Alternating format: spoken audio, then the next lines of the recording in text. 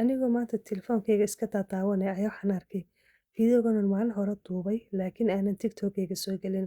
Markaasaan sida asxaabta uga faa'iiday. Saad arkaysaan hilib ayaan meeshan kusoo diyaarsaday. Hilibkan waxaa lagu soo jaray waa slices, waa medium slice ayaa laga soo dhigay. Marka hilibkeyga maqla ayaan soo saartay, waan soo nadiifiyay marka hore. Waxaan ku daray in yaroo kamuuna. Waxyaabo badan anigu xawaashida ma jeclin in xoog sii badiyo. Marka kamuun baan ku daray, sidoo kale waxaan ku daray turmeric ama huruudda shiidan. Sidoo kale waxaan ku daray in yaroo paprika ah. Paprikadu kuleyl maaha, laakiin basbaaska cas ayay u egtay midabkay qurxisaa. Bay leaf ayaan dusha kaga darayaa.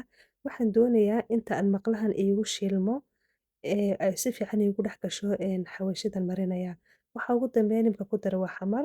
Sidoo kale waxaan ku darayaa soya sauce. Soya sauce-ka marka aan ku daro waxa aan sameynayaa waan isku yara daboolayaa. Horta in yaroo milix ayaan ku sii daray. Kadibna waxaad arki doontaan inaan daboolay.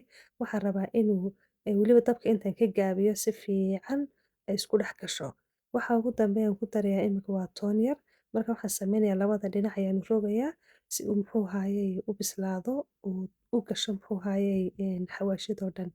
Marka maadaama hilibku yacni uu adag yahay una maqlaha iigu bislaanaynin laano si medium baa loo soo jaray.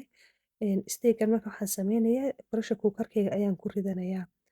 Sidoo kale waxaan sameeyay dhacaankii yaraa ee ka baxay ama biyihii yaraa uu sameeyay dusha ayaan kaga daray. Sidoo kale waan ka faa'iidaystay waxaan sameeyay khudaaran soo jarjartay baradhiyo kaaro ayaan dusha kaga sii daray. Pressure cooker-keyga ayaan ku xidhay 20 daqiiqo ayaan ku xidhay. Markaa 20 daqiiqo kadib sidaas ayuu soo baxay. Allahumma baarik. Haddaad ka heshay fiidiyowga comment ka soo bixi.